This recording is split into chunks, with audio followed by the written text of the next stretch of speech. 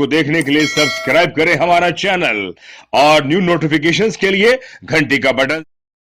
मतलब ये तो थानेदार जी भाई मर्डर है तो मर्डर ही है और थानेदार तो नहीं आप लोग एक्सीडेंटल केस में तब्दील करें। ये प्रशासन से बात करो। सर तीसरी बात जो एएसआई वहाँ गया है पहरे लेकर के कल 4 बजे की एक्सपायर हो गया बच्चा और वो शाम तक नहीं लेट पहुँचा है जब कल मेडिकल नहीं हुआ। कल आज उसका मेडिकल सुबह होना था, वो 9:30 बजे तक एसएमएस नहीं गया। आदमी फोन उसको करते रहे, फोन उठाया नहीं उस आदमी ने। तब वहाँ एसएमएस में वहाँ जो प्रेशर दिया है तब जाकर के उसका ये क्या है, मेडिकल बोर्ड को है ना करने की कोशिश की गई है पूरी तरह मैनेज करने के लिए। अगर मेडिकल बोर्ड में आदमी नहीं रहेगा थाने में है ना, और ये जो थानेदार है ये नहीं रहना चाहिए। ये तीसरी मांग होनी चाहिए। सब वो तो ट्रांसफर तो उनका हो जाएगा पर उनकी लाइन हाजिर।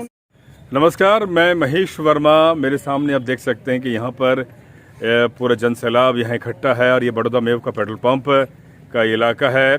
2 दिन पहले एक युवक की जैसे कि बताया जा रहा है कि उसकी हत्या कर दी गई और अभी तक प्रशासन ने उन मुजरिमों को, उन अपराधियों को गिरफ्तार नहीं किया है। किसकी शय है, कौन राजनीतिक तौर पर शय दे रहा है और बच्चे का मर्डर होता है जैसा कि बताया जा रहा है। अभी डेड बॉडी जयपुर से इस स्थान पर आने वाली है और आगामी कुछ ही पलों में यहाँ पर एक आंदोलन की रूपरेखा भी तैयार की जाएगी। मेरे साथ यहाँ रामजीवन बोध हैं। रामजीवन, क्या किन मुद्दों को लेकर अब इस समय आप पूरा एक जन सैलाब यहाँ पर इकट्ठा है, कलेक्टर को, एसपी को लेकर आप ज्ञापन देने वाले हैं जैसा कि भी जानकारी मिल रही है? मैं बता दूं आपको, जिस तरह से अनुसूचित जाति जनजाति पर अत्याचार होते हैं और अत्याचार होने के बाद भी पुलिस प्रशासन उनको संज्ञान में नहीं ले पाता है, उनको हल्के में ले लेता है। और जो घटनाएं जो घटती हैं, पहली बात तो पुलिस के पास पहुंचता है हमारा व्यक्ति अत्याचार होने के बाद में तो पुलिस उसके ऊपर एफआईआर दर्ज नहीं करती। दूसरी चीज, जिस तरह से मोदी सरकार ने, बीजेपी सरकार ने जिस तरह से SC/ST एक्ट को कमजोर किया है, जो लोअर जो न्यायालय थे वहां से हटाकर उसको स्पेशल न्यायालय में कन्वर्ट किया है। दूसरी, वहां से मजिस्ट्रेट जमानत ले लेता है। उसके बाद भी जो अपराधी हैं उनके हौसले बुलंद हो जाते हैं और आए दिन जैसे वो पुलिस अगर उसको गिरफ्तार कर लेती है, करने के बाद में वो न्यायालय में जाते हैं। 323, 341 SC/ST में दर्ज होता है, पर 308 तक के जो मुकदमे दर्ज होते हैं, 354 तक के जो मुकदमे दर्ज होते हैं, डीजे कोर्ट का अधिकारी बैठता है, वो वहां से बेल आउट हो जाता है और दूसरे दिन आके फिर उस परिवार को मारता है। एक बड़ी घटना है।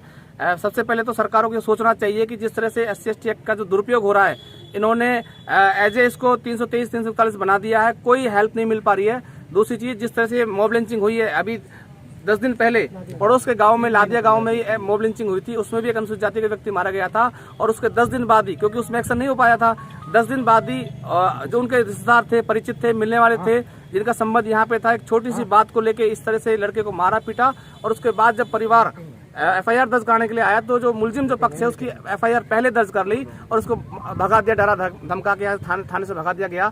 लेकिन जब उसको लगा कि मामला बहुत गंभीर है, लड़के को यहाँ से एडमिट है अलवर के अंदर और अलवर में भी सानिया अस्पताल से उसको जयपुर रेफर कर दिया। उसके बाद पुलिस प्रशासन को लगा कि ये मामला बहुत गंभीर मामला हो सकता है, उस लड़के की हत्या भी हो सकती है, उसकी जान भी जा सकती है। तो पुलिस ने उसको बुलाया और जो एप्लीकेशन दी उस पर एफआईआर दर्ज नहीं हुई, दूसरी अपने हिसाब से एफआईआर लिखा के पुलिस प्रशासन ने इस मामले को गोलमोल कर दिया और आज वो लड़का एक्सपायर हो गया है। आज ये जितना जो समुदाय आप देख रहे हैं, बहुत सारे लोग यहाँ पे समाज के लोग आए हैं अनुसूचित जनजाति के, ये उस परिवार को न्याय दिलाने के लिए आए हैं कि जिस तरह से मॉब लिंचिंग की है और पुलिस प्रशासन ने जिस तरह से इस घटना को दबाया है, इस परिवार को, पीड़ित को, परिवार को न्याय मिले और जिन मुलजिमों ने, जिन्होंने इस तरह की जो घटना की है वो गिरफ्तार हों और पीड़ित जो परिवार है उसको उचित मुआवजा देके, क्योंकि वो लड़का अकेला कमाने वाला था उस परिवार में, आज उसका परिवार हेल्पलेस है।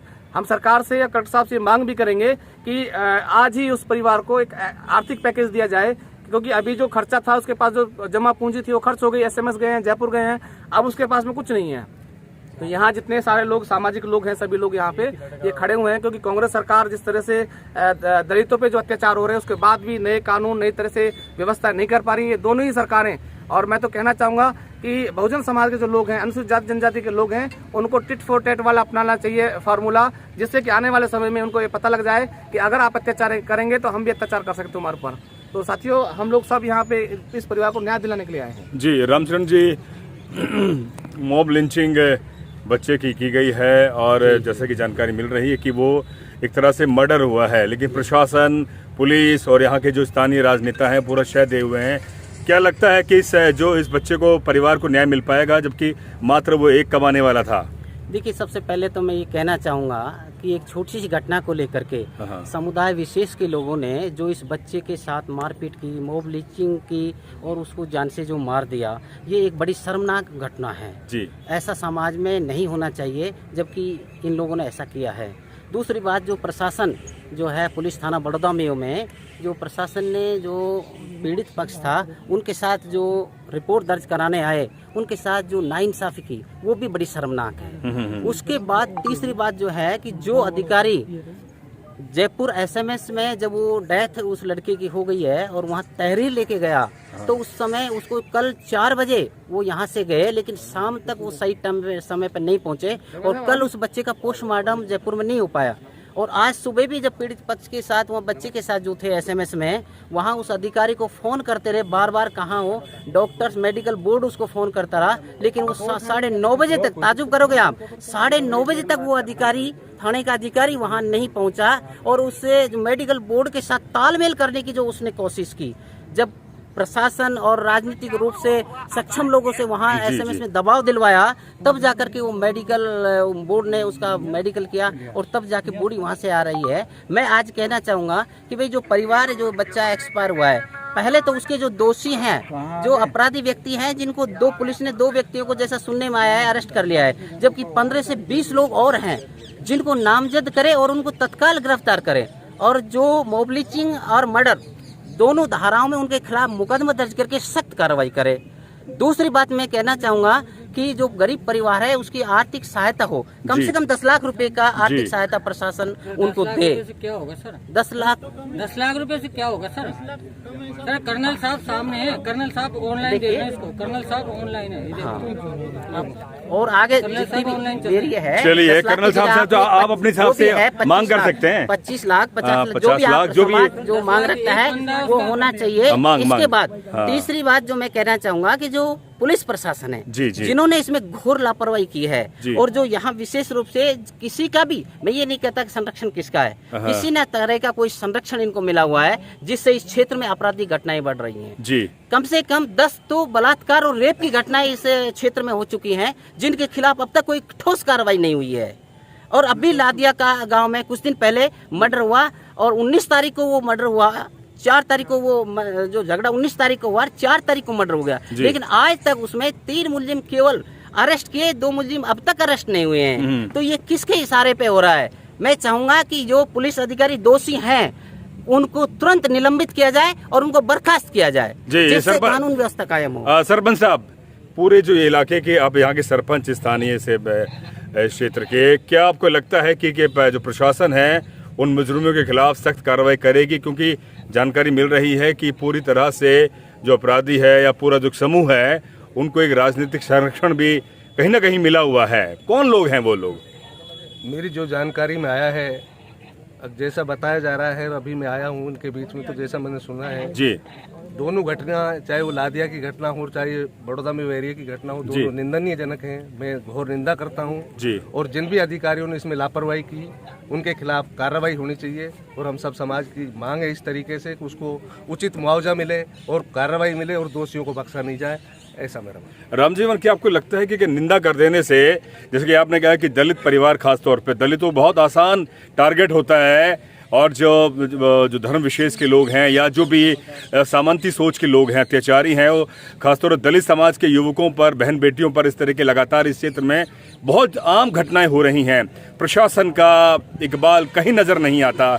आप लगातार इस तरह की घटनाओं को उठाते रहे हैं। महेश जी, मैं बताना चाहूँगा आपको कि यहाँ तो खैर धर्म विशेष के लोगों ने की है, लेकिन अनुसूचित जाति जनजाति पर किसी भी जो लोग हैं जो सामंती सोच के लोग नहीं है, जो अनुसूचित जाति जनजाति के लोग नहीं है, वहाँ जिनका बाहुल्य है वो हर आदमी इनके ऊपर एट्रोसिटी करता है। और मुझे लग रहा है कि समाज के जो लोग हैं उनको राष्ट्रीय स्तर पर इस तरह का प्रोग्राम चलाना चाहिए कि जो लोग इस तरह की घटनाएं करते हैं उनको उसी की भाषा में जवाब देना चाहिए जी। मुझे लगता है कि शायद वो डेड बॉडी शायद आ गई है।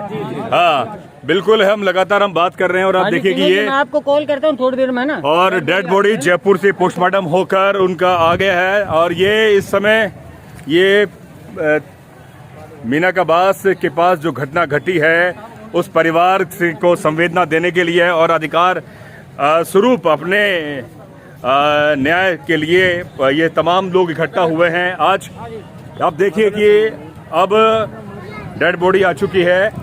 शायद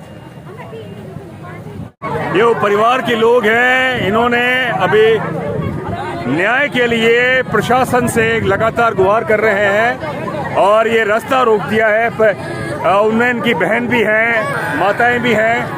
आप देख सकते हैं कि एक दलित परिवार के बच्चे की हत्या होती है, जैसा कि बताया जा रहा है कि हत्या हो जाती है और उसके बाद भी प्रशासन कोई ध्यान नहीं दे रहा है। यहाँ पुलिस का पूरी व्यवस्था है, क्यूआरटी है, थानेदार हैं और स्थानीय विधायक का भी यहाँ पर कोई नामो निशान तक नहीं है।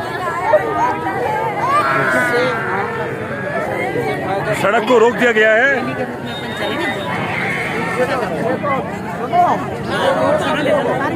रोड को जाम कर दिया गया है ये इस समय और पूरी मांग है कि प्रशासन से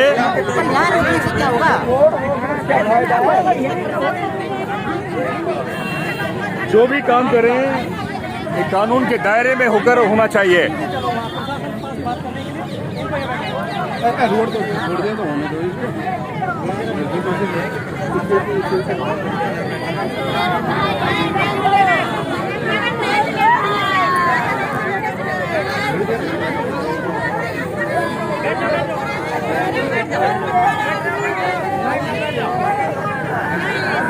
नेताजी।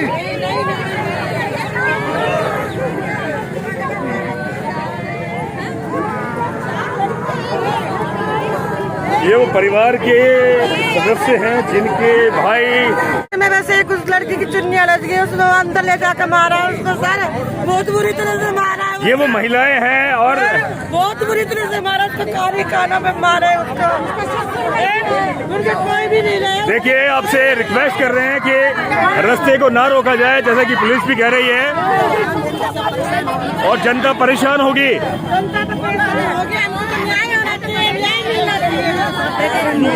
न्याय अधिकारी है नहीं, प्रशासन नहीं मानता है तो नहीं मानेंगे तो अभी रोड जाम पूरी माता दी है, पूरी दादी है, रोड चल रही है।